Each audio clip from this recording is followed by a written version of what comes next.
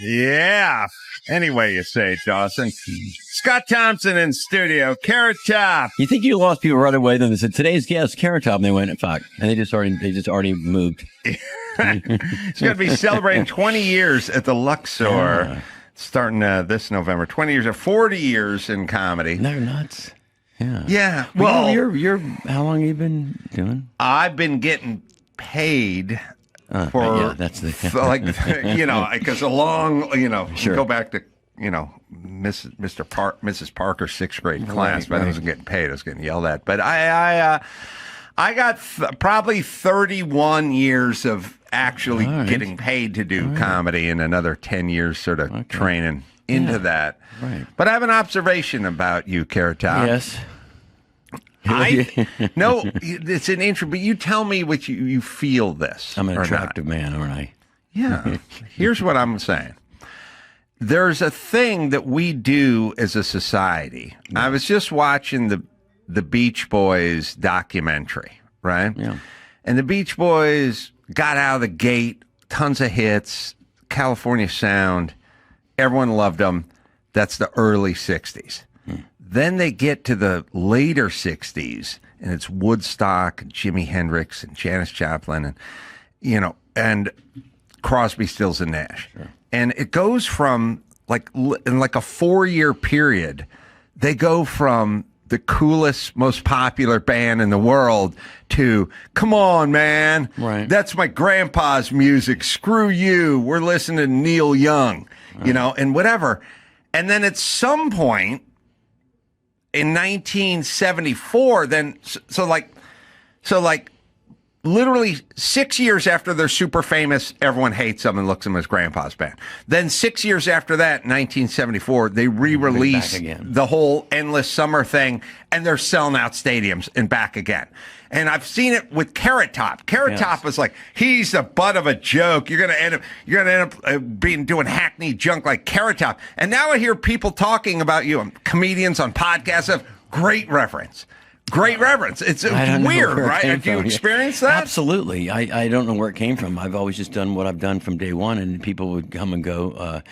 You always want to, of course, attract your peers. People would say, I just talked about this the other night backstage. You would say, hey, if a band sells out, let's say, the Stones sold out, and they did they have their song in a Pepsi commercial or something. Mm-hmm. Isn't that the purpose of doing this? Isn't that the purpose? So, I got lucky, and I got, on some TV stuff, and I would do, some arenas, or not arena, well, some arena, but not necessarily a full packed arena. And people were just, up in arms, like, what the, how? But I was never the guy in the comedy club that was working the comics in the back of the room. Right. I loved that. If I could get the comics to go in the back, that was a huge payoff. But to get the audience was what I was working on. I wanted the crowd to be happy. I could care less about what the comics thought about me. Into that, to a certain degree. Because you wanted them to like you. There was something on it blew my mind. It was Kill Tony was on a what's his name?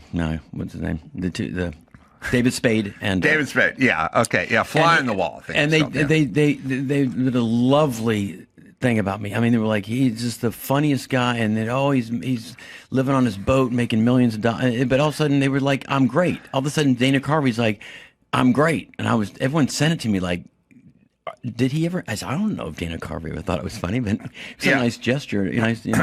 Well, I don't see, some of it is compensation for unfairly piling on early. Sure. Well, there's no reason why people had to be douchey early on. Right. And then, you know what you'll find it?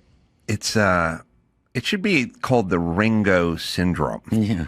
Because Ringo, they made fun of Ringo Starr, like he's the guy with no talent in the Beatles, got all this genius around him, and it's like, and they'd say, like, you're the Ringo of our friend group. We don't even need you here. You know what I mean? Like, literally, talking about a worthless person in a group, or there's the Ringo of The Office or whatever. And then like 8 years ago, you talk to people and go, he's a really good drummer. Like Ringo's like a top 5 all the time. It's like, wait a minute, you talk shit about him for 40 years. Now he's a great drummer. The worst thing in the Beatles ever could write. Right. Yeah, I don't know. I think it's a long. It is true about early piling on. Also, maybe just longevity, because people will say to me, he's been in the business 40 years, so now like I'm invited to the picnic. It's like, how do you not bring him now? He's done. Yeah, Andrew Dice Clay got a little of that, got, really hot, then kind of thrown out, and then brought back in, Sure. I think it's part of the human existence. We like the process of like piling on somebody and then building that person up and then piling on again. But I was just on the plane coming here now from Vegas. I still had people like, you still working? And I'm like, I just got off stage. Like, yeah, I'm still working. Oh, yeah. Oh, you are? And I'm like, yeah, every night. Every night. Wow. Like, they did, seriously, I get that thing. Hey, I haven't seen you in a while. Or if you're off on a vacation, like I could fly to Florida, which I will tomorrow. Mm-hmm. I'll be at home in Orlando, not even an hour. I'll go somewhere to have lunch, and someone will say, "Oh, you're not working anymore?" No, I'm on fucking vacation. I have to take a week off. I'm still working. I just worked last night. I know. The saddest conversation I ever had with anybody is I must have been like, I was about 15 years ago, maybe. It was about 15 years ago. I think I was visiting my dad in the hospital, and I was in Pasadena, and I was walking out of the place, and there was a black guy who was like working the floor buffer or whatever, and he's like, "Hey, man, show." And I go, "Hey, man." He goes, "What you been up to since then?" I go, "Well, I'm writing a book and doing." He goes, "Just chilling? That's cool." And I'm like, "No, I'm not just chilling, but all right." But I walked back to the car more depressed than I've ever been. What have you been doing lately? By the way, whatever happened to you? If somebody yells, "What have you been up to?" let them answer. Yeah. Don't yell, "Just chilling." Yeah, I'm just chilling. Just chilling. Watching my dad in the hospital. You know what I mean? Yeah. So I realize that people can't keep track of everybody, and there's too many celebrities now, and no one knows anything anymore. But it's true. Yeah. But what's weird is I could be in Las Vegas. I mean, my billboard could be behind them, and they'll say, "Oh, you still have a show?" Yeah, Like, it's fucking behind you. Like, there's my. I mean, literally. Yeah. I've been. This is true, and I've been in the elevator at the Luxor where I of course work. I get in the elevator, and they'll say, "Oh, where's your show at?" I'm like, "You work here, right?" And like, I'm like, "It's here." Yeah. Like, the worst is when you go somewhere, especially somewhere like a smallish market, to do a show. And you're sitting there in Oklahoma City, and you did the show the Saturday night, and now it's Sunday. And you're sitting there at a diner and you're having breakfast, and somebody comes over and goes, "Oh my God, Adam Carolla, you're my favorite, you're my all-time favorite. What are you doing? What are you doing here?" I go, I played the theater next door across the street. I didn't know. What? Yeah. When are you coming back? It's like, well, not for a long time. Never. But what do you care for? Right. I didn't know. It's like, you're the biggest fan. You're my biggest fan. You had no idea I was coming to this part of Wisconsin. That literally happened. It's just a month ago, and we were. It happens all day. Iowa, same thing though. We're in a diner right next to the theater, right? And the waitress is like, "Yeah, there's some, Carrot Top is playing here." And she said, "Oh, I love Carrot Top," and my crew said, "Well, it's Carrot Top," and she looked. She was like, "Oh, clueless." I know, but standing right there. No, I'm fucked in a lineup. They don't even recognize me in a lineup. No. So I don't know. In a weird way, your career's been. I get no respect in a weird way, but now it's come full circle that the people, the comedians, your fellow, your peers, are now heaping praise on Carrot Top. Yeah.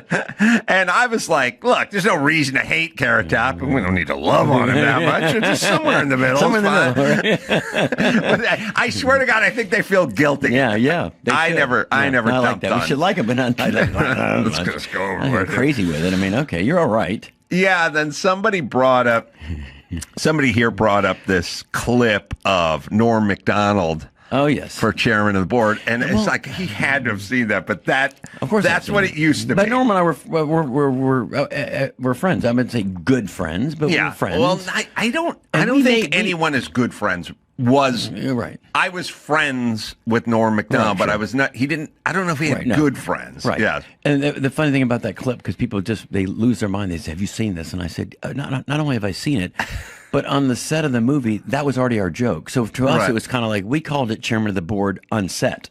Right. Like that was our joke, Chairman of the Board. Right. It was a pretty given, easy joke. And then when he did it, it was like, Conan and them. I said, okay, and it's fun. But I felt really worse for the poor girl that was in the... Courtney Thorne-Smith. I mean, she was defending me to the nth. I mean, just, no, he's really nice and he's funny. And they're like, Norm's like, no, why would you leave? Why are you doing a movie with characters? She's like, it's great. It was a good movie. I watched that and seen it a long time. But her body language reminded me on a lot of dates I've been on. Like she was literally. There's one thing when you're confined to a chair. Oh, you have the clip. Yeah, you can't get up and leave. You just want to be as far away as humanly possible from that person without ever getting out of your chair. She's 45 degrees. She's not sitting up. Yes. All right, we'll play the funny Norm. Yeah, I don't know funny. anyone I knew love Norm. People Norm. always think that bothered me. That didn't bother me. It's No. like, oh, Jesus. Yeah, that's what comedians do. I get it. But I mean, like again, it's kind of as a society, it's like when I was younger, we had like the go-to fat person. Right, sure. And it was Orson Welles, and it was Shelley Shelley Berman? No, Shelley Berman's a dude. I'm talking about the Shelley Berman is a dude. Shelley Winters. Shelley and then it turned into Sally Struthers later on. But it's like we'd have to just go, because I'm fat, but I'm not Orson Welles fat or something. Right. All right. So we had this thing, and we had to have like some sort of poster child for everybody. And somehow when we're making fun of comedians, it was like it had to be a Carrot Top jab in there. And now I don't think we really do that anymore, do we? I don't think so. I mean, one of my openers one time said it's kind of hacked to do that now because it's been done. They beat the hell out of it, kind of thing. Yeah, and you're still working and you're still doing. Like I write jokes every day. Like I wrote one last night, and actually posted it. Your guy back there's pretty good. Maybe you can find that one. You put on my Instagram. I did it just today. But it's a brand new joke that shows and you're like it's Vegas, but it happened just last night. I was driving home before the show, and there's a billboard, and I just said there's a joke there, and we did it, and it killed. But it was a gimme. You knew it was going to work. Right. We can. You guys can find it. Carrot Top Live. Instagram. Carrot Top Live Instagram. The last post I think I just. I mean, you can just see the relative of doing a new joke that just like you're proud of like a new. Yeah. I go back to before you told that. I like going back to the Conan when he was just absolutely freaked out that I didn't do props. I find that funny. Like when people would say before, way back when in radio shows when you do the punchline or the whatever, they'd say, "Oh, we have you do radio, but Carrot Top, we're not going to do radio." And I'm like, I'm not doing props on the radio. I'll come in and talk and tell conversations, and I have jokes. I have stand-up jokes. Well, and they were shocked. They were like, Carrot Top. I went on Howard Stern.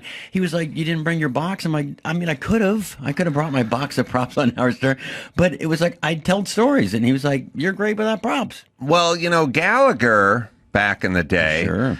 Everyone remembers Gallagher with the sledge-o-matic and the roller skates and everything.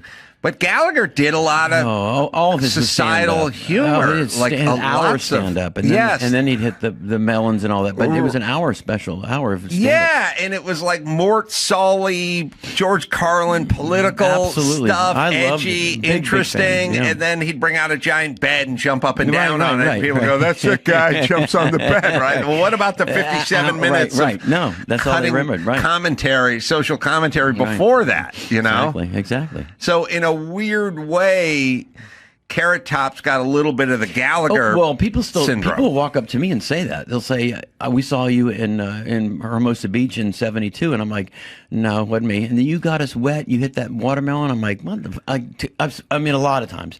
So we've come up with a bit. Now we're doing it much anymore, but we used to do a thing where I would say to the crowd, "I hit the watermelon at the end to the front row because they were always looked like they were waiting for the wrong guy."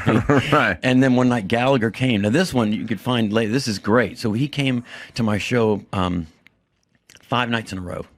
5 nights in a row. Oh, how long ago is this? About 8 years ago, before he passed, he came to the show, and he came every day. And my manager called me and said, your buddy's here.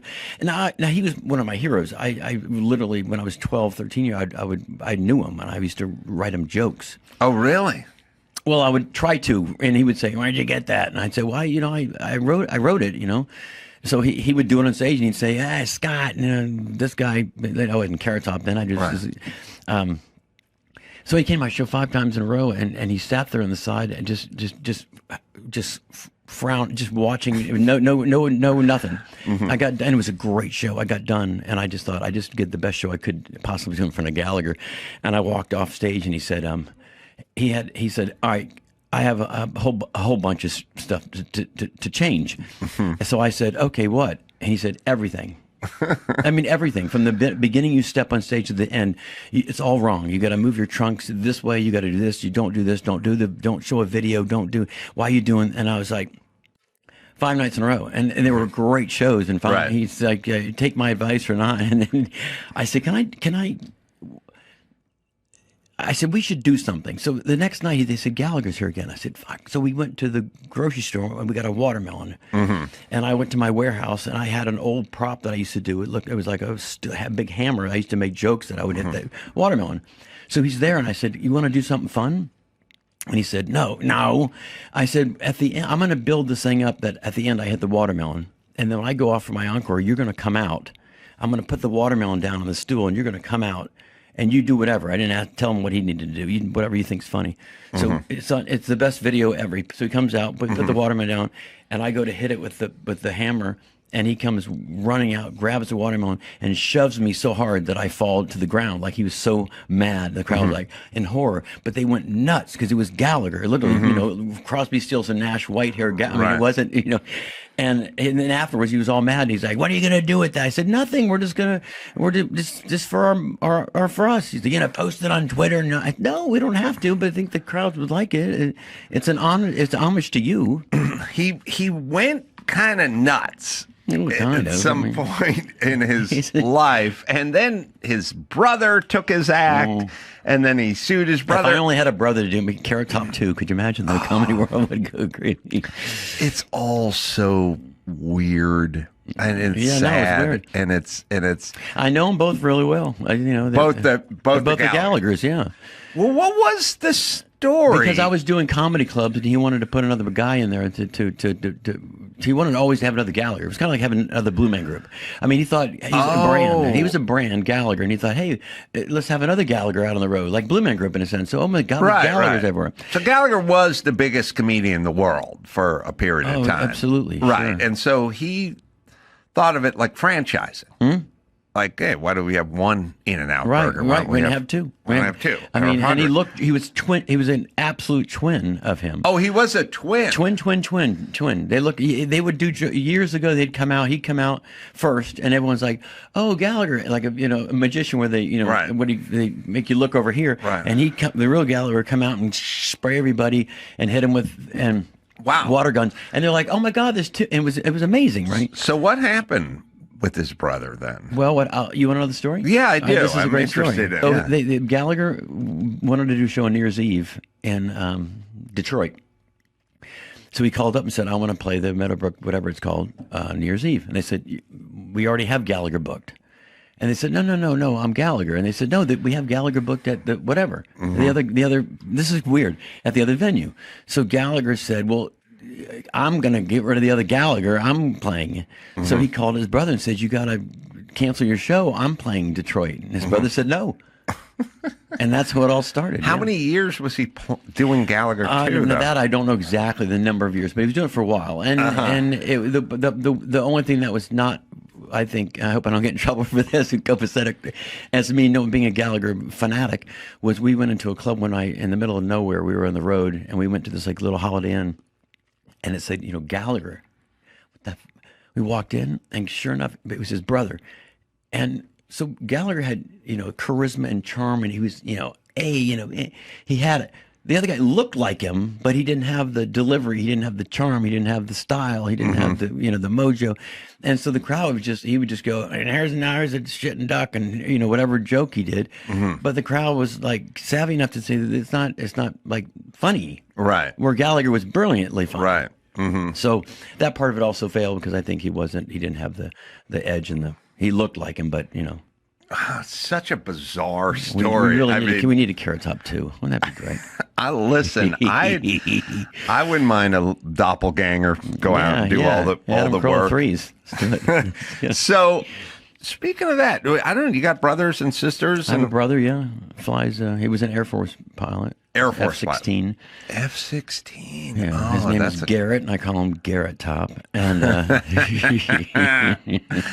yeah, he flies. Now he flies for Southwest. In fact, flies into Burbank all the time here. Wow. So your brother flies F-16s or flew F-16s for Navy or Air Force. Air Force. And then your Carrot Top, which is, I don't know, how much space you can sort of get between two brothers. A sort of one goes into the priesthood and the other becomes a porno director or something like that. That's probably happened. I'm sure, but flying the F-16 and Carrot Top are pretty big chasms. Yeah, pretty there. different. I mean, I do a whole thing in my show about it. I mean, I say my whole adopted life I wanted to do that. I mean, my dad worked at NASA and was an engineer for everything from Gemini to Skylab to Apollo and shuttle. My brother went to the Air Force Academy, and I'm, gluing dildos on walkers. I mean, that's, give me a rubber chicken and a tennis racket, and I got a show to do.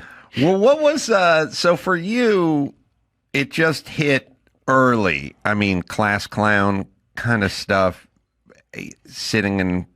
I was really not the class clown. I was a very quiet kid. I never really said anything. And my dad was so strict, working at NASA. My dad was funny in that sense. He would always have the jokes, come home and say, an old joke. Dad joke. And it was great. And, right around the neighborhood. So I would take those jokes and I'd go to school. And then I would say, hey, on the bus, here's one. And then I'd get in trouble. Like, you can't do this joke in front of the kids. I'm like, well, my dad did it in the driveway. It was funny. But, I was really quiet. And then all of a sudden I was like 16 or something. And I started writing like things down in my head, things that would just be observationally funny. Like there's a Crime Watch sign, and I took it, and someone said, I said, how good is their Crime Watch if they're not watching their signs? I mean, so it was kind of like, oh, it's clever. It's kind of it's a visual, it's a prop, but it had a cleverness to it. Yeah. And that's when I started writing those kind of things. And, there'd be a sign, slow children at play, and they'd have no feet. And I said, well, no wonder they're slow. They don't need feet. Right. And so that became my first routine on stage with Did people recognize, like your dad or your brother or your mom or a teacher? Was there any... Yeah, I know. No, I told my dad I was doing comedy. He said, you're not funny. Swear to God. And I said, no, but but you got to come check it out. So my dad came down and saw me, and he was like, where did you come from? I just was so quiet and sheltered. I never was an spoken guy. So when he came to the show, he was like, wow, what a different, I'm on stage jumping around like crazy. And he was. How early on is this? Probably my first, late 20s in college. That's when I started doing. I would do open mics, and you'd win a Walkman. That's how old I am. So seriously, you would win. I won so many times. I won like 40 Walkmans, and I'm like, can I just get paid? And they said, the Walkman. So I would have piles and piles of Walkmans, and I would just give them away to people. Like, where are you getting these? Are you stealing? I said, no, I'm winning them at these comedy clubs. And they would. I'm glad they gave something away. Then I'd say, can you run with a Walkman? See, I'd come up with some kind of bit with it. Yeah. Yeah. I mean, it's your mind works that way, and you and I are old enough to know that it wasn't generally supported back then, because people weren't really into figuring out potential for young people. It was a weird thing, like. I sit around, and plus I have conversations with people like, your son, what's he good at? What's he wants to do? No one figured out what I wanted to do. Right. And by the way, they didn't come from that world. You got a job. Right. They didn't. Where I come from, no one said the word career. Right. They just go, you got to get a job. Job. Sure. And the job would be, I said to somebody yesterday, I got a pamphlet for driving an ambulance. I could be an ambulance driver in 7 weeks or something if I went to this thing. And I was also attempting to be a merchant marine. And the answer is, what do those two have to do with each other? The answer is a job. I wanted a job. Right. That's Not all. Really a career, decided a job. Yeah, career was a weird kind of luxury item. And you probably didn't think, as I did, that would be a career. That's why I think our parents were like, "What are you doing?" And I'm in college. I'm getting a degree in marketing, but I'm going to do comedy. They're like, "No, you're going to get a job." They didn't think it'd be a career. I mean, and nor did I. I was just having fun, making enough money to buy beer and drive my car around. Well, when did it hit for you then? What was the big kind of? I mean, when did you get into the zeitgeist, as they say? Well, I started doing, I don't know, I started doing, what originally happened was I was doing pretty good, and then I couldn't get gigs lined up, and I was so stressed out, I just quit, and I moved back. I lived, born and raised in the area of Orlando. I moved back there, the typical, sounds like a joke, 4 roommates, and I was shucking oysters, and I was at the bar one night shucking oysters, and these 2 couples came in, and I'm shucking oysters, and You're working at the bar. Yeah, and and there's a jukebox, and I'll be dancing, doing. That's where I had my, and these people looked at me and they said, "My God, you have a brother?" And I said, "Yeah." He's like, "But like looks like you?" And I said, "No, my brother's blonde. We're a pilot." "Oh no, this guy we saw, he's a comic. We saw him in Tampa, he's like Carrot Top or something." And I said, "Oh, really?" I said, "He was so good. Oh my God, you just remind me of him so much." And I just went, after my break that night, I went home and I called the guy that used to book clubs, and I said, "What are you doing?" I said, I'm shucking oysters. And he said, "What? You're Carrot Top." I said, "Yeah." He said, "You got to get back." So I got back in and did a show, and that led to something. And then there was like MTV, something I got on like Comic Strip Live. And that was, I was so, I didn't have, everyone had, I would always say, you do 10, you do a trunk. Right. And I would, I had just enough to do 3 minutes on a TV show. So I had all my A stuff, the Crime Watch sign, all the stuff I started with. And I got that show, and then it was like, I think I'm on TV. I still wasn't like but I thought maybe I'm not a career yet, but I'm doing something. And then I got Sunday Comics, and then there was the Tonight Show. And so when I remember getting the Tonight Show, I thought, all right, this is legit. It's NBC. That's Leno standing Tonight on Show. Yeah, it was like 3 weeks after Carson had left. I was standing on that. Yeah, it's close, right? Literally 2 or 3 weeks, and I was standing on that star. It was still the old studio, and you're standing on that gold star behind the Carson. stage, behind the curtain. And no, when you walk out. Oh, and you're walk on out. And I would do my first rehearsal, and I'm standing there and I'm looking down, and I'm like, there's 40, 75 people in the studio. All the guy was still there that did Ed DeCordova. All the people are still there, producers, everybody, and I'm just standing on the Carson Gold Star, thinking, all right, this is weird. Like, right, I might have done something okay, and it set went great. And I got done. It was just, I think that was the moment I thought, I'm on maybe NBC. I think I could do all right. And then it just kind of, things went on, and we did Chairman of the BORED, and then so yeah, it was a whole bunch of stuff. Speaking of age, I think this is funny. This is not a joke. I didn't plan this. I was on a plane just now, and this guy next to me, he's an old guy, leans over and says, "Yeah, damn, Carrot Top." I said, "Yeah." He says, "You and I have something in common." I said, "Oh," I'm thinking my dad worked at NASA, or I lived in California. I said, "Oh, what do we have in common?" He says, "Both 65." And I said, "What?" He goes, 65, you and I. I said, "I'm not 65. He goes, "Oh, I thought you were born in 65. I said, "Born in is different than being 60. Jesus. Yeah. We're both 65. No, I'm born in 65. That's a little different. People have a weird relationship, I realize, with just reality in general. I've just kind of realized that they're sort of walk through life in some sort of half-cocked haze or something. And I'm funny, Norm Macdonald. So the two guys, I used to get Gilbert Godfrey and Norm Macdonald, and Gilbert died and Norm died. And a year later, I was crossing PCH, and a guy stopped at the thing. He was in his car, and he's like, "Hey, Norm!" And I was like, He's dead. He's dead. Like, when is this ever going to end? Like, what do you got to do to not? And I realized everyone's just sort of walking around in some sort of weird malaise of information that they're sort of half, like there's like half Christian, half into Santeria or something like weird. Like, I don't even know what they're thinking, but you know what always amazes me is how functional they are. Right. Yeah. Like, you talk to them, they don't know anything, they can't figure out. I'm in front of my house, and I got a pressure washer out, and I'm pressure washing. And by the way, the pressure washer, it's addicting. It's really, you get, once you get into it. You want to start doing your neighbor's driveway now. Like, this is, it's not only that. It's like, I swear to God, you'll be in the house and be like, oh, somebody spilled a Coke and that's in the ashtray. I'll get the pressure washer. It's like, well, just put it in the sink. Oh, no. Here's how you know you're out of control with the pressure washer. With the shit you're pressure washing is being blown down the street. Like, I tried to pressure wash a small trash can. It would just roll. I'm chasing it with the pressure washer because it doesn't need. But I'm out front. And a woman must have been 55, 60. She comes by and she goes, where did you get your water feature? And I said, you were talking about the pressure washer? She goes, yeah, I live in Arizona and I don't have a hose long enough to get to the end of the driveway. I go, you want a bigger hose? What is that? I was like, oh, for God's sake. It's a pressure washer.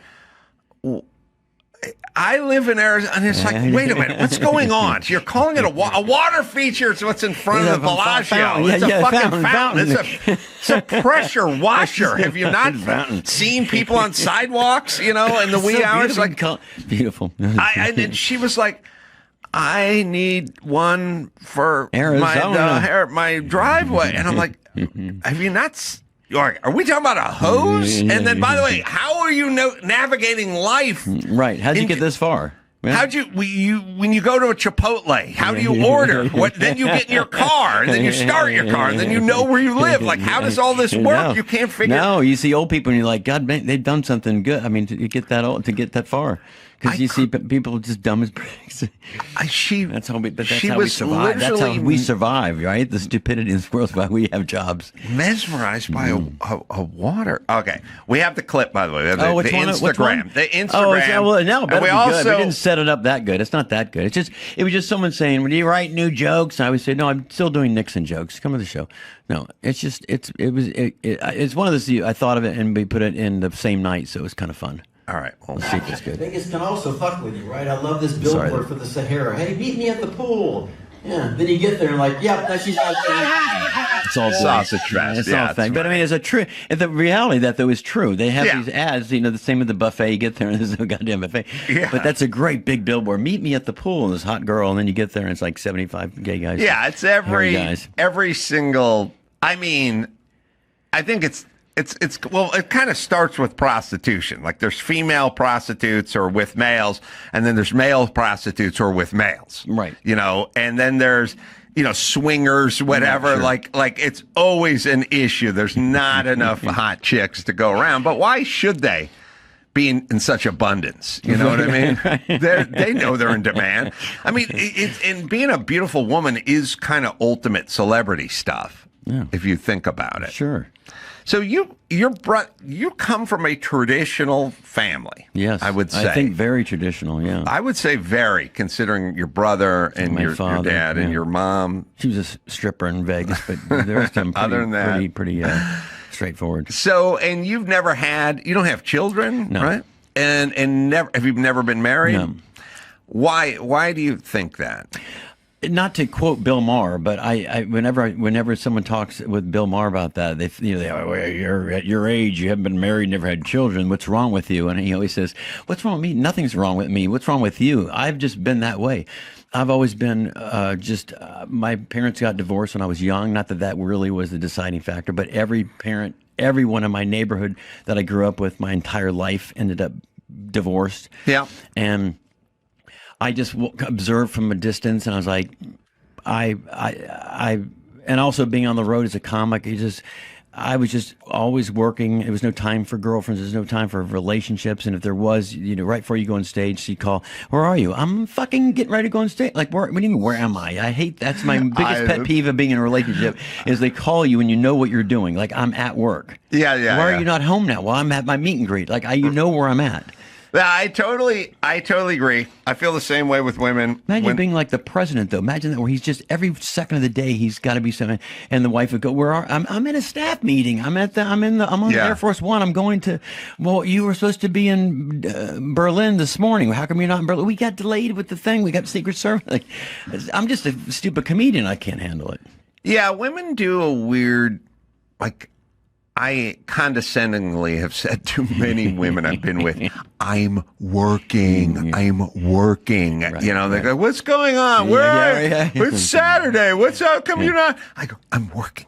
I'm working." Yeah, same thing. Yeah, I get As it. if they know where you are. Like, I'm at the Luxor in my dressing room at 8:00 going on stage. Where are you? Of all the comedians, 20 years, I mean, you got to know your schedule. But so how's it work? You date, you have a girlfriend who understands things, or how's that work? I just kind of, just free, just whatever. I don't really have any relationships or no. I date my props, So I like being single. No, going where I like to go and be where I got to be when I got to be. No, I get it. I think, listen. My whole crew's married. I said, "Oh, you guys have fun with your wives tonight," and they all leave. And what are you going to do? I'm going to sit back here in the backstage and just have a drink and unwind and watch Sports Center. I get it. Because I'm very much wired that way. You're miserable. Yeah. No, listen. I am very happy I have kids, but they don't always make it easy. Oh, That's no. for damn sure. And you do. I literally I was running around this morning, and I got the call from my daughter going, "Hey, what about that bed we talked about? Can you?" And I just went, "I'm real busy right now, but if you call me between 4 and 5, I can, I can divide, I can put some attention toward it." But for me, it's really weird because I think it's more difficult for me than it is for regular folk who grew up in a normal family, because my parents never did anything for me or anybody else. So when, if your daughter goes, "Well, I want a Mercedes, but I want it to be a convertible," then I go, "All right, I'll get you a Mercedes, but it's not going to be a convertible." They go, I'm like, "Are you kidding me? Are you kidding me? Are you kidding me?" I couldn't get. I didn't. We grew up the same. I didn't get anything like that ever. Well, people didn't. But we didn't have money. We weren't broke. We lived in a very modest neighborhood. But getting new shoes. I got my brother's old shoes. People didn't feel compelled. Adults didn't feel compelled to make children sort of like their number one customer, Right. like in a weird way. That scene in Pretty Woman where Larry Miller comes out and he finds out that now Julia Roberts is hanging out with this billionaire, and he comes up and he just starts sucking up to her. Yeah, you know what I mean? Every parent is that way with a kid now. Sure. And when I was a kid, like, parents were like, get out. Absolutely. I'm not giving no. And by the way, they would just say no. You know what I mean? Yeah. Like, you'd go like, "Hey, can we go to the Sizzler on no?" Yeah. They didn't go like, they didn't explain anything. Oh. Could I get a mini bus? No. No. How about a Same. go-kart? No. How about we go tonight? We get some pie. No. Same. It was like, Same. All right, no. No, we knew that. Literally, that's the answer to everything. Was the same. And my dad, if you wanted something, he'd build it. Oh. So I'm like, Oh, because he was an engineer yeah, guy. but he built everything. He built his home house. Oh, So really? he'd say, like, get a TV. I'm going to build it, and I'd have to help him. I helped him build the house. I built him. I mean, I watch these things on sports and all with these guys, and they show that, and people are like, "Oh, that's bull." I said, "No, that's not bullshit. That was me too. I was that kid. My dad made me work in the yard every morning. Every day, I'd have to do something." Would he wash the car, do the thing? So if you said to your dad, "I want a build the go fence," kart," he'd say, "I'm no, gonna build a go-kart." my dad made it. Yeah, that's what I'm saying. He'd make the. Okay. But it wasn't just like, okay. He was like, all right, well, I'm gonna see if I can make it. And he'd spent a long time making it, and it wasn't as good as if you went and just bought one. Right. But it was cool. My dad, made me one. I have pictures of that too. It's just made out of wood and shit. He made it and put decals in it, and he was proud of it. Really? But we never got anything new, and I remember my friends would be over at the house like, "That's an interesting credenza." I said, "What? My dad built it." Like, what?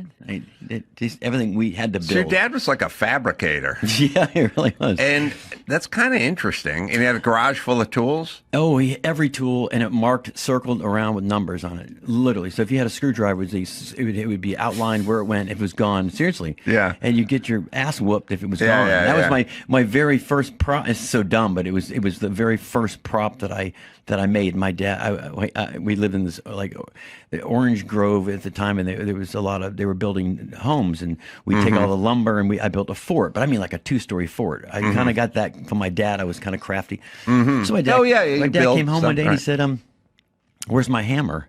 And I said, "I don't know." And it was, you see it wasn't in the outline. And I said, "I don't know." And he went looking. He went to my fort, came back, and he says, "Huh, it's in your fort." I said, "Oh." And he goes, "Now I'm like 9." He says, "How did it get in there?" I said, "I don't know." He said, "It just walked in there by itself." So he went to work that day, or that next day, and I went and I found a doll, and I screwed arms and legs on the hammer, and he came home from work, and I said, it did walk in there. But now I'm 8 or 9. So that's the first thing that I actually made, and my dad looked at me like, "What the fuck is it?" I said, "It did walk in there." And my dad just looked at me like, "Where did you get?" I said, "I made it." Like, he was just dumbfounded that I made this hammer with legs and arms on it. But that's where it all, that's the start of the process of building stupid shit. Yeah, it's interesting. And now 40 years later, hey, we're still building it. Yeah. Yeah. Well, I mean, for you, I made one for Cialis and Viagra that day. This commercial. It said, "Get your Cialis and Viagra from Friday Plans." They deliver it to your house on unmarked white envelopes. And I said, every time I watch this commercial, I want just the opposite. I want my neighbors to know that I've got Viagra.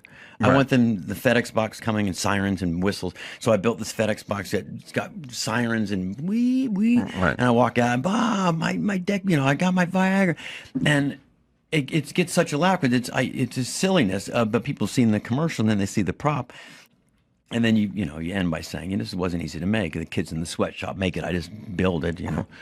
How much of your stuff do you make? Almost all of it, unless my dad would make a couple. Your dad would when make he was alive. Props. Yeah, well, because I would call him, and if it was something that needed engineering to it, and it was like speaking of NASCAR. I know you, but I'm a big, huge race fan. I saw your cars in here. I'm a big fan of NASCAR. I don't know what the race was in Vegas or something. And I said, I need a NASCAR joke, so I had this Tony Stewart helmet.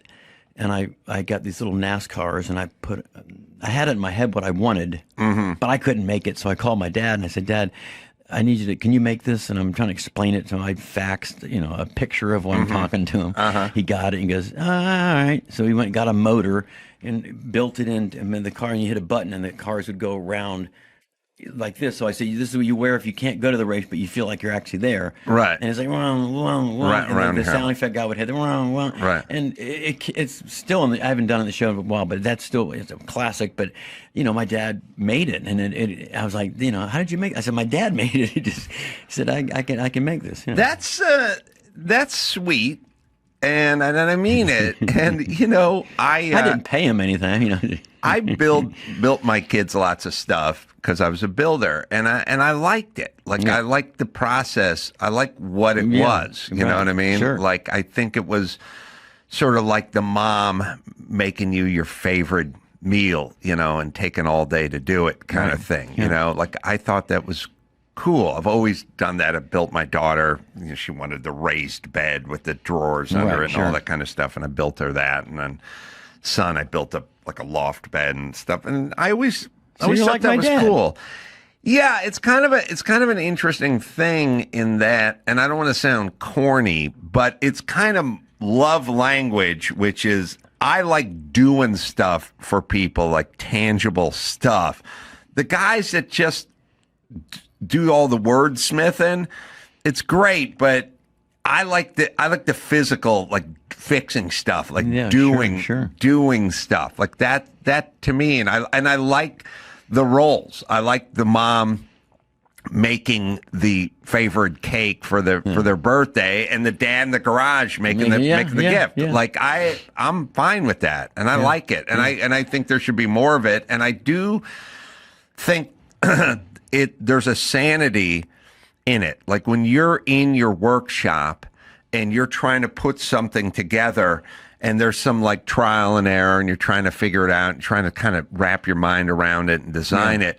Like there's a real sanity in that. Like you're not out of this. You're not worried about what Hamas is up to. Or what Sydney Sweeney's doing. It's just here, workshop, tools, project, tangible. Yeah, and my dad enjoyed that. He would love if I had something I could give him to fix. And if it was a coaster, I would give it. And my impression of my dad would be the same. He would. I'd say, there's something wrong with this thing, and he would have a cigarette, and he'd go, and the smoke's going in his eyes, and he'd go, all right, and he'd fix it. He'd come back 10 minutes later and go, there. Like, how did you do that? Well, once you get good... This is broken, by the way. My coaster. Once you get good at solving problems, it becomes kind of universal, sort of mechanically, I've realized. Like, when you're just good at sort of sussing out problems and fixing problems and whatever that is, and they all contribute. All the different projects of life sort of contribute, then you kind of become an expert at almost everything. Like your dad wasn't kind of an expert at everything because he'd done such a variety of things, right? So he built the house you guys grew up in. Yeah, and I did. We put on every damn tile, everything. One thing my dad was, I thought was kind of cool because my dad. I was at the age where I thought, of course, the Space Center was pretty cool. But I was at the age that I didn't want to go to a launch. I didn't want to go. I wanted to watch TV. I wanted to play my friends on my bikes. And he's, no, we're going to a launch. We're going to watch. And I don't know how old we had gone to I was probably 13. And I'm like just miserable. And we're going to watch the launch. And is that Cape Canaveral? Cape Canaveral. My dad, of course, is with all the astronauts, and we're just sitting there, and he says, all right, what do you want? Because there's like tents. They had a beer tent, and they had like a soda, popcorn, candy, hot dogs, Coke tent. I said, I'll just take a hot dog and a Coke. And my dad looked at the beer line. There was 2 people in the beer line, and there was like 50 people waiting for the hot dog. So my dad says, you're going to have a beer. How old were you? 13. Yeah, 13. And I remember thinking, it was just funny because I'm like, my dad's going to give me a beer. And my dad was not anywhere near cool enough to say you're going to have beer, but he didn't want to wait in that line to get a Coke. So he just hands me this beer, and I'm just like, okay. And he's like, well, try it. And I took a sip. He's like, no. I said, and don't tell your mom this, of course. But I drank, I don't know how much of it. I drank enough where I think I saw 3 launches. But, first you come home, and first thing, your mom says, how was the launch? I said, I had a beer. Right, yeah. I just told you not to. Yeah.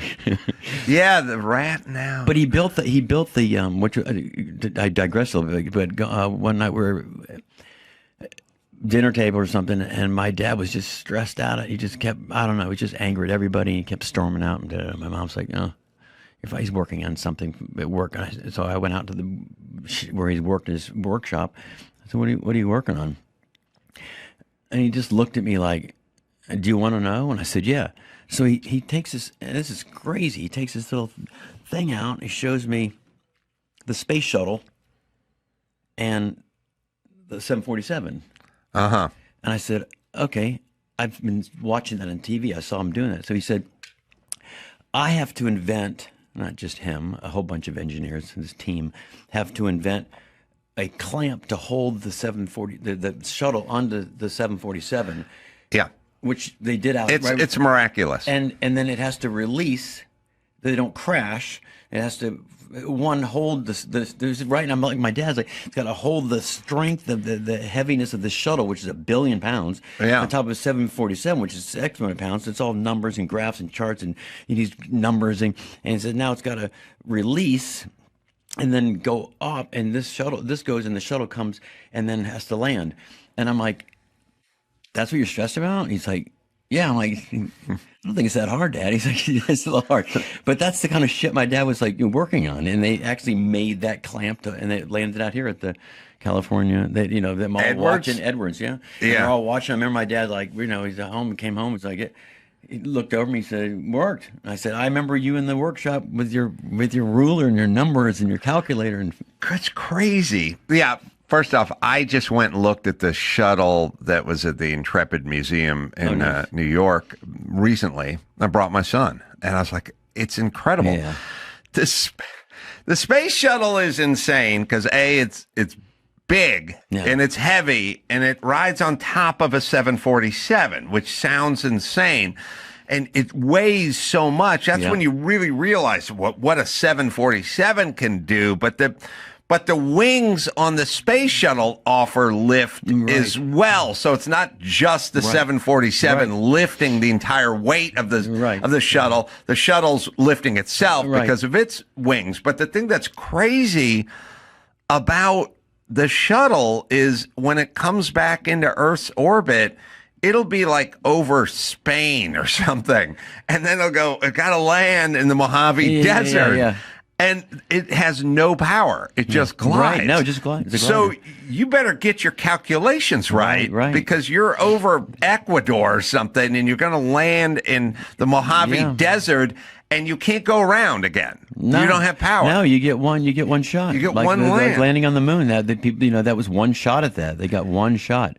And at the very end, they're not going to come down. This thing that weighs as much as 40 Cadillac SUVs or 140 or 1,000, it just comes in at the very end. They just flare and it just touches down. It's magical. Ever so softly. It's elegant, yeah. So your dad was on the team that designed that clamp, which is crazy because you got to clamp it and you got to release it. Right. And that's embedded over my headboard, by the way. You got to clamp and release.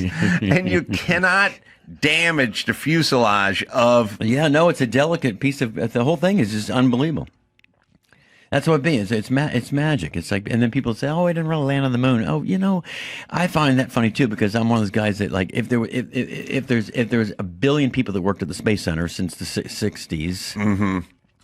There hasn't been one person that actually worked there that came out like a whistleblower that said, we didn't. I feel like someone would come forward. I think someone would come forward, but I think we landed on the mess. I think, was it Buzz Aldrin? They just fucking clocked that guy when he came out of the hotel. Yeah, you really didn't land on the moon. You fucking just got Buzz is up. I think I did my first Toyota Long Beach Celebrity Grand Prix with Buzz Aldrin. Awesome. He was a feisty old dude. Like, he punched this guy right and then just knocked him right out. He was what I would call serious. Yeah. He was a serious guy. Back when men used to be serious, Yeah, they actually had hair in the chest. I don't have any hair. Now they're all just wearing Van slip-ons and have all the rope bracelets and shit, and they're drinking their energy drinks, and they're not serious anymore. But he comes from a place where he was serious. Yeah. And he was like, I remember once I saw him, and you'd see him, and then you'd see him again. I go, Buzz, what are you doing? I was at an F-80 convention. Best airplane ever made. Like, I was like, okay, all right, sorry. Like, you almost punched me. Can Buzz Aldrin still be alive?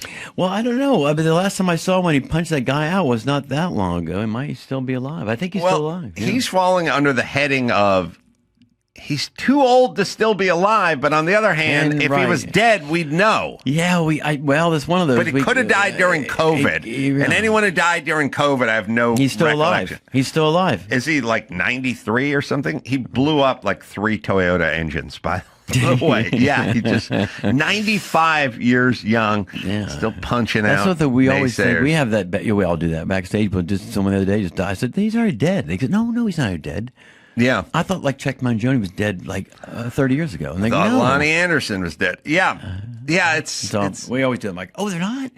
No, but when you start realizing, you got Norm and all these people, you go like, all right, well, who's the next class of dead people? And I think you're talking to them. Well, that's going to be the next wave. I mean, If you do the math, right? Right. We're not you and me. We're still young pups. But Oh, yeah. But you guys sure, listening. Yeah. Buzz competed in 03. I think that was the first year I did it. I don't think he was that good, but he was very earnest. Yeah, I would think he would be. But your dad was a serious guy. Oh, yeah. But he made you props for your show. Well, once in a while, a few. Yeah. A few. I had to make one that was really intense. I don't know how he did this, but there's a briefcase. I had the joke in my head. So the senator that was at the airport that tapped his toe to get attention. In the bathroom stall. The bathroom stall, which already is like, I didn't even understand that story. Like, what is going on? Who goes to an airport bathroom and has the code where you tap your toe and you get it? How long would and you why have are you a senator? And why is this happening? And how is this happening? How long would you have to sit on a toilet at a Minneapolis airport before a like-minded gay gent pulled up in the stall next to you? I don't know. So the joke was and I did it on the Tonight Show. It was great because they zoomed in. It was great.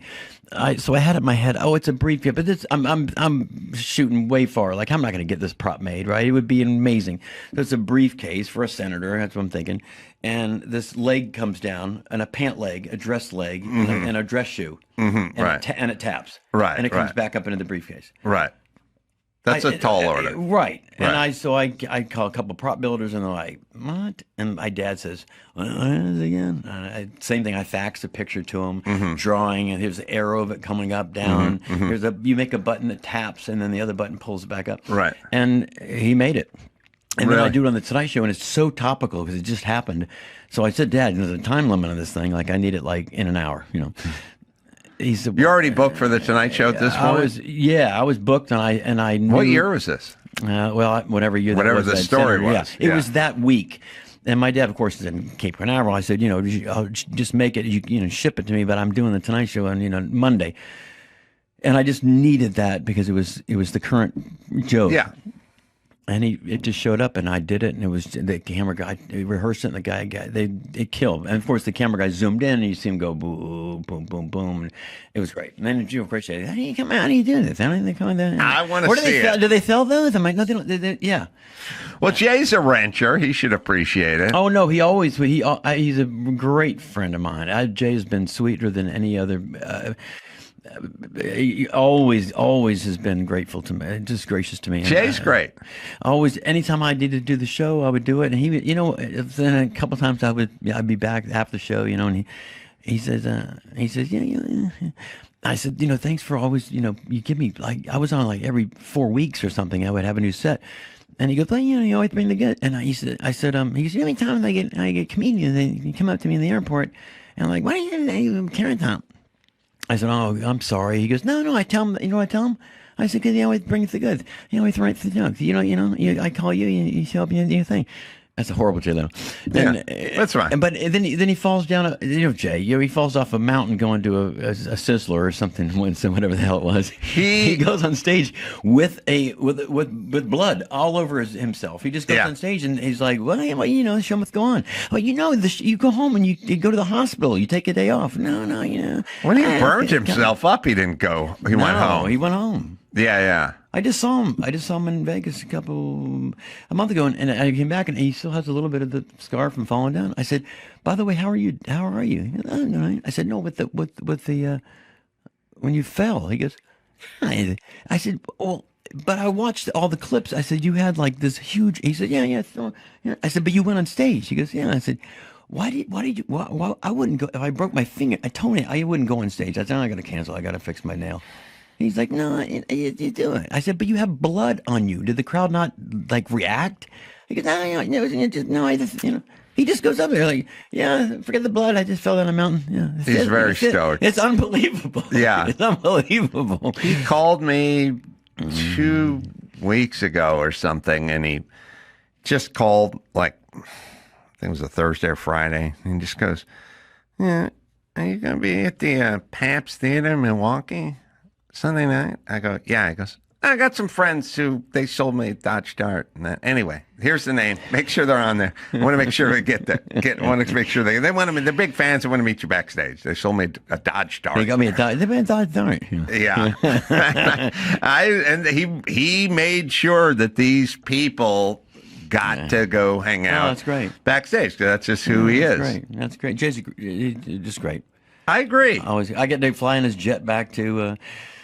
We did the show one night, and I made a joke. It was You did a show on the Tonight Show, and I was going back to Vegas that night to do a show. I had come in, so I went back. The makeup room's right across from my thing. So everyone was leaving, and I said to the makeup lady, she goes, "You going back now?" And I said, "Yeah, I have a show tonight." And she goes, well, "I have a show tonight." And I said, "Where's your? You just did a show." He goes, "No, in Vegas." Is your show tonight in Vegas? And I said, "Yeah." He says, "You want to just go on the jet?" And I'm like, "Now, sure." And he's like, "We're going right now. Just we'll go with that." So I'm like, me and my assistant, I said, "All right." And I gave him like my drink ticket from Southwest. He said, "No."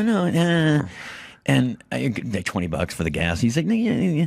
So we get on the jet, and we're just flying, and he's Jay. He's just his head is so goddamn big. It's great. It's just Jay Leno. He's just one of those people like I've known him for years, but I'm just looking at him, and he's sitting there, and it had my notebook. It said Carrot Top. Like I don't know what it just. So I just it's so surreal. There's Carrot Top, and there's Jay, and we hit the worst turbulence ever going into Vegas, and he's sleeping. And I'm like holding the thing, and we're just jumping back. And I look at my assistant back, and I'm like, I'm dear God, this is, oh my God. And Jay just get one of the bounce. He goes, looks over, and I was making a joke. I was going to put it because he was sleeping. I was going to put a peanut like in his mouth. I was taking a picture of his peanut in his mouth. I wasn't really going to do it, but I was like, let's take a video of it. He wakes up. He says, "Oh, it's bumpy." I said, "Yeah, it's a little bumpy." You think all right? I said, "No, I really am not." And he goes, "Well, it's probably an old line, but it worked on me." He goes, you know what would happen? He said, we crash. The newspaper's going to say Jay Leno dies with two unknowns. And I said, well, I said, I could have done Letterman. I would have been known. I did pick you over that. Kind of gives one of the, Jay never just gives you a laugh. He just kind of goes, yeah. Gives you kind of a knowledge of like, okay, good one. Yeah, he flew I said, me I was back. on your show. I'm known. I said, just think if I did Letterman, oh my God, I'd be household known. He just like, You ever do Letterman? Yeah. How many times did you do Letterman? I did I did a lot of skits with him. A lot of skits where we were like, it was great. And he always was nice to me. Always the same thing. He was strange right? Everyone knows David Letterman, but see, I learned a lot from Letterman in that I told everyone you can kind of tell who Ellen was because her staff was scared, and so when people are scared who work for you, it says something about you. And I worked with a guy named Daniel who was worked on the Man Show, and he was kind of one of Letterman's favorite guys during that time, and he came up with all these funny ideas, and they like hung out, and he always used to tell me, Letterman was a great guy, and I think he was in many respects, but at some point I ended up doing Letterman, and Daniel, who was working on the Man Show with me, came with me as a kind of a homecoming return to Letterman. So he'd been with Letterman for 10 years, and then he left, and he did Rosie O'Donnell's show, who she said she's the worst. Maybe Ellen could give her a run, but anyway, that was a cutie patootie Chub Club era. That's when people thought Rosie was nice because she was overcompensating. But anyway, then he went to he did Vibe, and then he did the Man Show, and so we came back, and I went out. I was doing panel, but I crushed it. I put together a whole thing, and Dave loved it, and it was a whole. I was doing stand up, but sitting down, but I worked out a whole bit, and the audience loved it, and everything was great. And we got back to my dressing room, and everyone was like, "Oh, great set! It's great, it's great." And then Daniel, who's the most upfront, kind of forward guy I've ever met, like he's the only guy when we were doing the Man Show we'd go to strip clubs, run up a bill for like $2,000, just drinking and hanging out, and then we'd give the bill to the producers. Nice. And go, we were doing a recon for Juggies. You know, we're scouting talent. You know, and they'd go, it looked to me like you guys were just drinking. And it's like, well, we're working, so you're paid, right? Daniel's the most ballsy guy in the world, because when we gave this receipt to Stone Stanley for $2,000 for us hanging out at a strip club doing nothing, they said to us, they go, we will pay this time, but we're not going to underwrite you guys hanging out at strip clubs drinking. Right. This is not work. And when they told us that, me and Jimmy were like, okay, good. We get get the money. But Daniel stood up and he went, fuck that. We're going to her office and we're going to this is bullshit. And I was like, I'm not going to go in there and start yelling at them for not paying for booze at a strip club when all we're doing is hanging around drinking at a strip club. You know, I'm not getting up. I'm not that bold. You know, and he was outraged. He's like, we're going in there right now. So that's the kind of guy he was. When we finished with Letterman, we're in my dressing room, and some guy, segment producer or something, came back, and the segment producer was like, oh, it was a good killer set and went great night, blah, blah, blah. And Daniel got sheepish, and he went to the guy. He's like, is Dave up in his office? And the guy's like, yeah, he's up there. You think it'd be cool if I went up and said hi? And the guy's like, I don't know. Oh, Letterman. Yeah, Letterman. And at a certain point, I could see him wrestling with it. I don't know what kind of moods he's going to be in or whatever. And at some point, he just went, I don't think I'm going to go. I'm not going up there. Let's just go to dinner. And we did, but I would say to him all the time, stop saying he's a cool guy. Right. Because if that's Leno or Jimmy Kimmel or anybody, and you were a favorite, you went and you produced a hit TV show, and now you come back, you just walk right up and say hi. Say hi. Yeah. Anyone I know would do that, but not Letterman. Well, I would say that's the only thing that I knew about doing the show, is that it was very, very scared crew. Eggshells, right? Yeah. So I had done it one time, and I was there. It is that little green room, and then he comes down from the elevator, and they clear that room out so we can go on stage. Right. So they're like, oh, we have to get everybody out. Dave's coming down. So I said, oh, okay. And they're like, look, paranoid. Right. So we move out of this room. He goes by. I'm standing kind of out of the way. He goes by, and he said, thanks for doing this. And I remember he had a ball cap on, very tan. It's weird. Do you remember? Just so tan, tall, a ball cap, a pencil, and his cigar, and he just said, in his way, thanks for doing this. And I said, are you kidding me? And I said something like, this is the best thing in my life or something. And he goes out the door to the stage. We all go back in the room. He comes back in. He looks right. He says, the best day of your life? All right. And the girl, they freaked out. I've never seen a staff go, he never does that. Yeah. I go, what? He never speaks to anybody. He must really like you. He would never not only say anything to you, but he wouldn't come back in a second time and address you. So he always was nice to me. He never was. Yeah, he was nice. He was probably nice like to me. too. He probably, what I mean? I'm just saying that they were scared of him. Yeah, they were scared of him. They're not scared of Jay. Hey, Jay, yeah. They could care less. Say right in front of Jay, it's not your show. I said, what's this? It's Tonight Show with Jay Leno. It's not his show. You can't do the joke. And I'm like, but I. Yeah, no, they didn't. No fear of Jay. One clip I got to tell you about the Tonight Show is my favorite clip of. Wait, I wanted to see the clip of the shoe and the suitcase. One of that would be. I know if it's not on the Tonight Show for sure. I know there was one. Oh my God, what was the show? I think I did a guest spot as a celebrity guest spot on Last Comic. Me and Louis Anderson came out and did Louis. We did I can't. So we did this guest thing where we came out and did we were the pros, and then they had great comics, Catholic Madigan's, these great comics. And that, I remember doing it, and I remember the camera zoomed in on it really nicely on that one too. So that one and the Tonight Show one. This is my favorite Tonight Show. What would you Google in to find this? Oh God, hilarious. Carrot Top, Last Comic Standing. Because I was only on a Briefcase? Senator briefcase foot prop. Okay. I mean, it might come up. Was Mel Gibson the other guest? On the Tonight Show? Yeah. Yeah.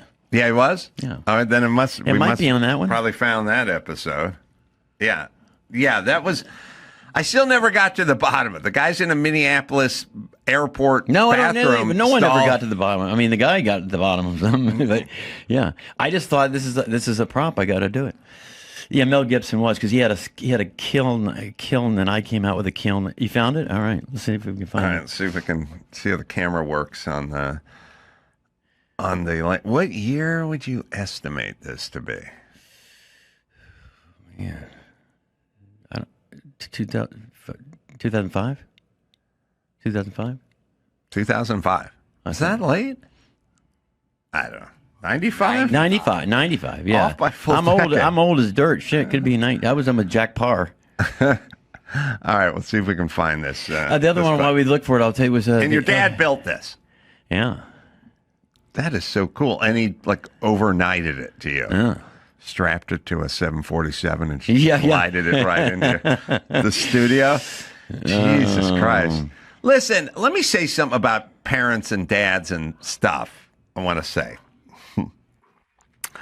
I get a lot of people going, I didn't get anything. My dad's always at work or something. It was tough on me or whatever, something. And then they start telling stories, and it doesn't sound that bad. Yeah, it sounds right. pretty, No, I know. It sounds pretty good. Right, it wasn't. I mean, Dad was a hard ass, but it worked out. I mean, I Yeah. worked my brother. We both worked out. We'd okay. I Yeah. think the discipline is actually very important. And yeah. that's why I think we did. Yeah. All right. I mean, if I didn't home school and I didn't, was home by streetlights out, I was getting my ass whooped. No. There's a reason for it. It's good. All right. Sorry. The clip. Here it See is. if they got it. You look for the briefcase and you. And while you, I tell you that my favorite Tonight Show. And so they have the. How many times you do the Tonight Show? I don't know, like 30 something. Wow. Standards and practices lady. She loved me and hated me. Same woman been there for 1,000 years. Yeah. I show Talk up to and her. I would do my rehearsal, and she's like, "Oh, you can't, no." Yeah. So I have this Bill Clinton podium. It's like my closing bit. Right. It's a podium that's got a buzzer on it's got true false, and I'd have buttons that go, I did not have I did bing ding, right? Right. So it's funny enough, it's good. But then I thought I need the big punchline. So up from behind comes Monica Lewinsky. Head. Behind the thing. So that big ending is I did not have, and then his head, it's a beret, the whole beret, Right. And the vision. I said, not now. Right. And I close it at the end, and it destroys. Right. Rehearsal, they're going nuts. And Jay's like, he's sitting over there, honey. And then she comes over, and she's like, everything. I said, everything's good. I've never had him say everything's good, all good. She said, only one thing. I just think are you going to podium? She's yeah. She's just you just can't force her head down. I said, what do you mean? She's like, you can't put your hand on top to push it down. It can come up. It can come up, but you can't push it down. Right. So I say to the prop guys, can you rig something? I had a foot pedal. Can you rig it where it goes up and then it goes down? And they're it's an hour for the show. They're like, no. And I'm up there. It's live, and I do it. It's the last joke, and the fucking head comes up, and I use my elbow because they said I can't use my hand. And I got so much trouble. I mean, trouble in a sense. I mean, kill. But then they said we had to bleep it out on the West Coast. I'm like, what? Because you can't. So people on the East Coast saw me force her head. I didn't force it down. Just went like, not now. Not now. Right. But she said, you can't use your hand. So I'm thinking, all right, I'll use my elbow. Yeah, it's a weird technical stuff. Yeah. Always nuts with the censorship. It's so funny. I turn on Fox or CNN, watch the news, and people are just cussing away. Oh, yeah, no. They were always insane about that. And innuendo even, yeah. And you watch you like that. The whole bit was a BJ joke, and then I can't say, you know what I mean? It was like the whole bit would be, and mine was just silly. They're like, the whole monologue was about a blowjob. How come I can't say? Yeah, it's almost like they needed to intervene at some point. Right. When Jimmy and I did Crank Yankers, the puppet show, it was called Prank Puppets. And at some point, we got on the phone with the standards and the legal team at Comedy Central, and they're like, "Yeah, we can't use Prank Puppet." And I was like, "What are you talking about?" And they're like, "Well, it implies some malice, like we could get sued or something." And I was like, first off, when you do a show, you give it a name so you know what it is. Right, sure. Right? And we just been calling it prank. We got to do so-and-so is going to work on Prank Puppets, and we get this guy writing on it, whatever. We called it Prank Puppets for a long time. And then at the end, we're getting ready to launch, and they're like, can't call it Prank Puppets. Yeah. And I was like, I don't get what do you mean Prank Puppet? Why can't you can't do it? And they're like legal team shit. And me and Jimmy are on the phone with these guys, and we were in New York, and I think I was in his hotel room, and I was going nuts. I was going insane. I was like, what are you talking about? And they're like, well, if we ever get sued and they bring up the name, it's going to a lot of liability for us. I was like, you better hope they bring up prank and puppet. And that says no damages. It's got the word prank and puppet in it. And it was weird, but I realized sometimes I think they just feel like they got to flex a little bit. Right. Like, I can't sit here and do nothing show after show. At some point, I have to, intervene or object or something, because otherwise, what am I doing here? Right. But, yeah, it's funny, the nuance of it all. None of it makes sense. None of it lives anywhere. We used to get in arguments with Comedy Central on underwear versus underpants and stuff like that. Like, I don't even know what we said to them once, how much ass crack can we show? And they're like, what do you mean? I was like, well, you watch SNL in the 70s and Dan Aykroyd's playing the Norgeman repairman or whatever. They're showing ass crack. So they're showing like an inch and a half of ass crack. But at some point, it becomes 8 inches ass crack, and that's a bare ass. Right. And they go, we'll get back to you. And they go, 3/4 ass crack. You can show 3/4 ass crack. So immediately, Daniel, the guy who didn't want to talk to Letterman, so he goes, we need 3/4 ass crack shorts for all the Chuckies. No, you're right. They have to come in somehow. We did AT&T commercials forever, and one of the #1 rated ones that I had was, I would say, call down the center with 1-800, whatever, CALAT. It's free for you and cheap for them, which is, And I took the phone.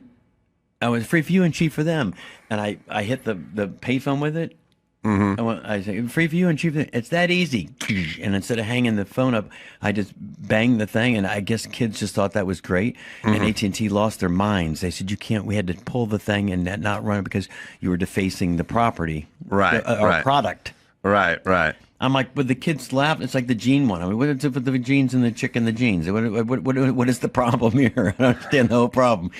Yeah. I don't understand the problem. Eventually, it all goes away. Oh, of course it does. And then nobody cares. But then again, it's like, is it just because people just have nothing else to tell? They have to have something now. They need a new topic. So, oh my God, now we're going to go up in arms and we're going to start defacing gene ads. Sydney people burning Sweeney. down the gene ads, throwing shit at the gene ad in New York. It's like it's a goddamn gene ad. Like nothing's different than what we've always said. It's a dumb ad. Everything eyes up here. Yeah, everything right? Or is something. I don't know. Everything is symbolic. We're still looking for the shoot. Oh yeah, it's got dang it. Well, maybe was it last? It was Last Comic Standing. If it's not on that Jay Leno one. Well, so here's the thing: we live in a society that doesn't really have problems in the sense that poor people have cell phones and big screen TVs and can eat sushi. You know what I mean? Like, poor people used to traditionally not be able to participate in lots of things. But if you have a cell phone, you're pretty much richer than anybody who was around 50 years ago. I mean, in terms of your life. Like, it's a device that's insane. And, the chasm, I mean, it's kind of an interesting thing. Like, when we were young, there was rich people and there were poor people. And we were like poor people, so we didn't have air conditioning. Right. Where rich people had air conditioning, and we didn't have cars that ran well, but they had cars that ran well, and they had lots of stuff. Now you're poor. Not even poor, you work, you know what I mean? But you still go out and eat. You still have a TV with all the streaming services, and you got your smartphone, and you got you driving Leonardo DiCaprio drives a Toyota Prius, like, why not? Who cares? Air conditioning, satellite radio. But we had like problems back then. Now we don't really have problems. And when you take away the problems, people start fixating on stuff. Like, if your problem is like malaria and clean water and shelter, then you don't care what Sweeney's up to, right? And you don't really care about gene ads because you got kind of bigger fish to fry, right. Yeah. But we've eliminated a lot of that stuff, and also there's a lot of people that are just sort of weirdly activated. Like they're just walking around with their head on a swivel looking for something. Yeah, for something. To bitch about and something. I'm like, why are you reading everything into nothing? Right. Why? All right, it's a gene ad. Buy the jeans or don't buy the jeans. Because it comes like, right, exactly. It also becomes a big social media sensation, and then everyone jumps on it. So because most people, if you ask them, like, what happened to jean? What are you talking about? Like, well, also, you don't need to have a real strong opinion on everything. See, I have skinny jeans for fat guys. That's a great prop. Right. It's a big pair of jeans, and it's got little skinny jeans that are sewn in the middle. So it looks when you wear them, it looks like you have, right. That's a great prop. So you sit around, you think of these things, and you go to your workshop. Yeah. And now that your dad's passed, you got to farm some of it out. Yeah. Some of the mechanical stuff. Yeah, I have a prop guy in town that does pretty amazing stuff in Vegas. I can go to him and he'll I'll get it to you. Does he bid it, or does he just go, this is time and materials? Yeah. No, how do you bid, something like a foot coming out of it? I paid for some things, prop things in the past, like a lot, for a big intense prop. This guy he'll just, for a beer, he'll do it. He'll say, he works on my crew. He's like, give me an hour, I'll make it.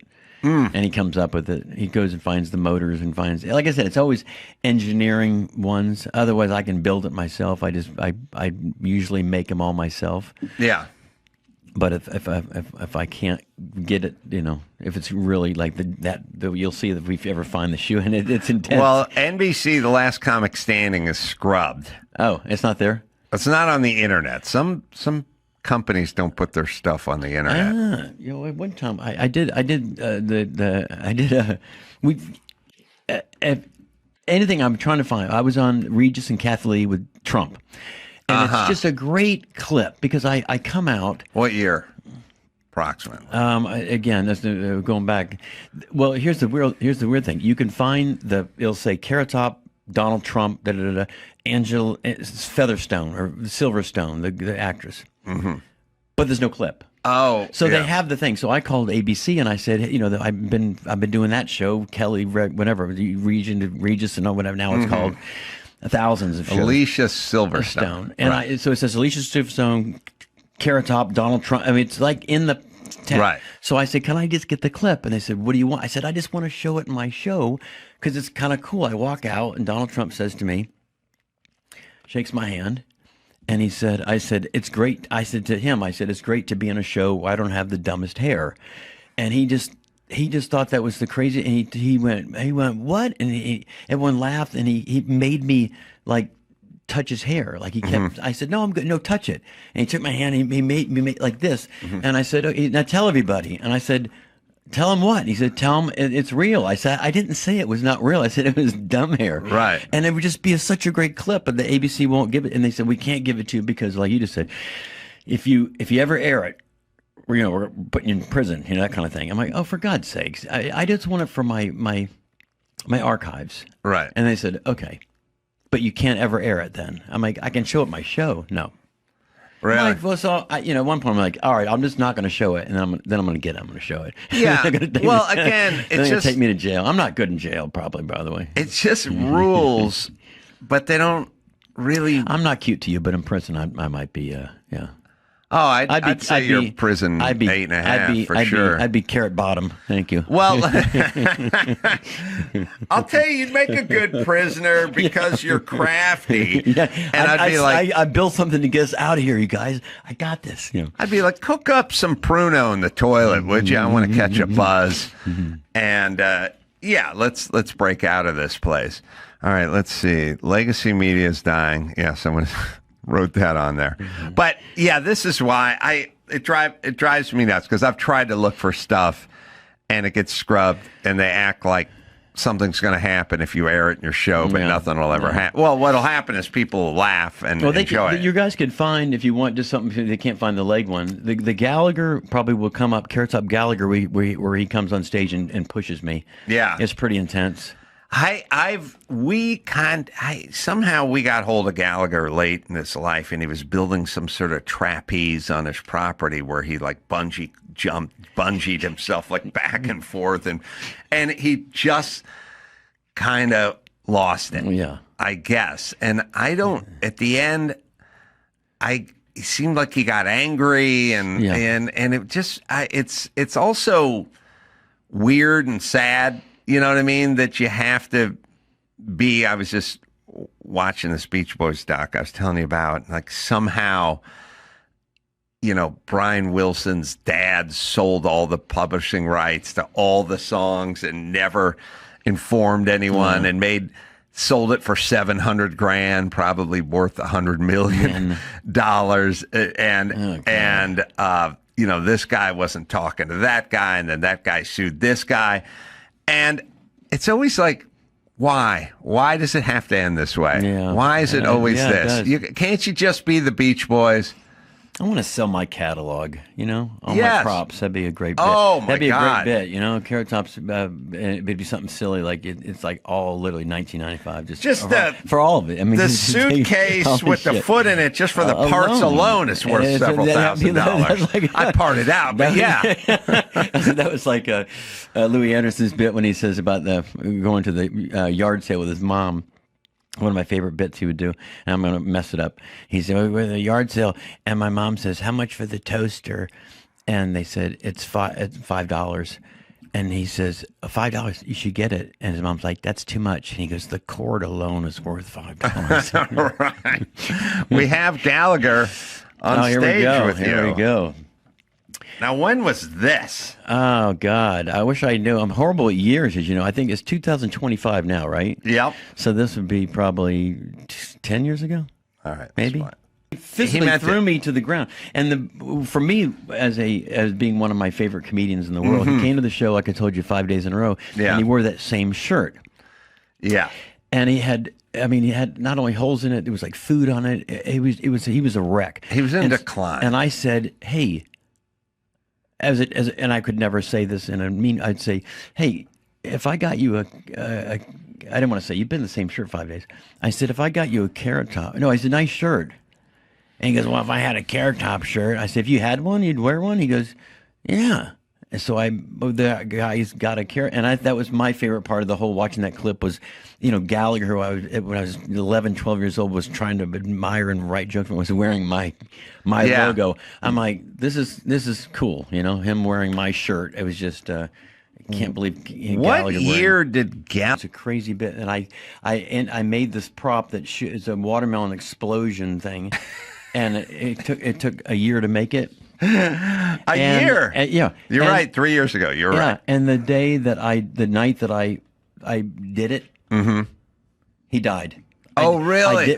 I did it that night, and it just killed. It was like this huge finale thing. I came out, and the strobes are going crazy, and there's a watermelon, but it's a machine. It's like, it weighs like 8,000 pounds, and the hammer itself weighs about 90 pounds. Because you have to hit this thing for it to go off and explode. Right. It just shoots all this shit into the crowd. Oh, I do it, and I'm like, I waited a year, till it was 3 years actually. I thought I wrote it during COVID, so 5 years ago. So I finally do it. Boom! It's this amazing ending, and we're all backstage going, holy moly, this is a great ending to the show now. I woke up the next morning and my phone was blowing up. Gallagher died. And I remember thinking, you got to be kidding me, because I was just going to invite him out to see it. Really? And I make jokes that night. I said, he's either going to love it or he's going to sue me. Right. Because that was him. Right. He'd go, I don't get it. And I'd say, it's an homage to you. He would say, I don't get the stupid, why are you hitting a water? Because I tell the whole story about you and then the thing. And then he just wouldn't have gotten it. He probably would have been really angry with me. Jimmy Kimmel and I wrote a full-length feature screenplay called Kill Gallagher. Oh, how great. Yeah. I love it already. Kill Gallagher. It was a crazy story. I've said it a few times. I won't bore everybody. But it was basically some impoverished tribe that was in some sun-blasted part of Africa. And it started with all the dead crops and everything. It hadn't rained in a year, and everyone's impoverished and everyone's emaciated and whatever. And it actually began because there was a band called Dishwalla. Yeah, I remember that. And they came in to Loveline once, and Drew said, "Where'd you get the name Dishwalla?" And they said, "Well, that's what they call the guys who set up the satellite dish in these faraway, impoverished places. And one guy's a satellite."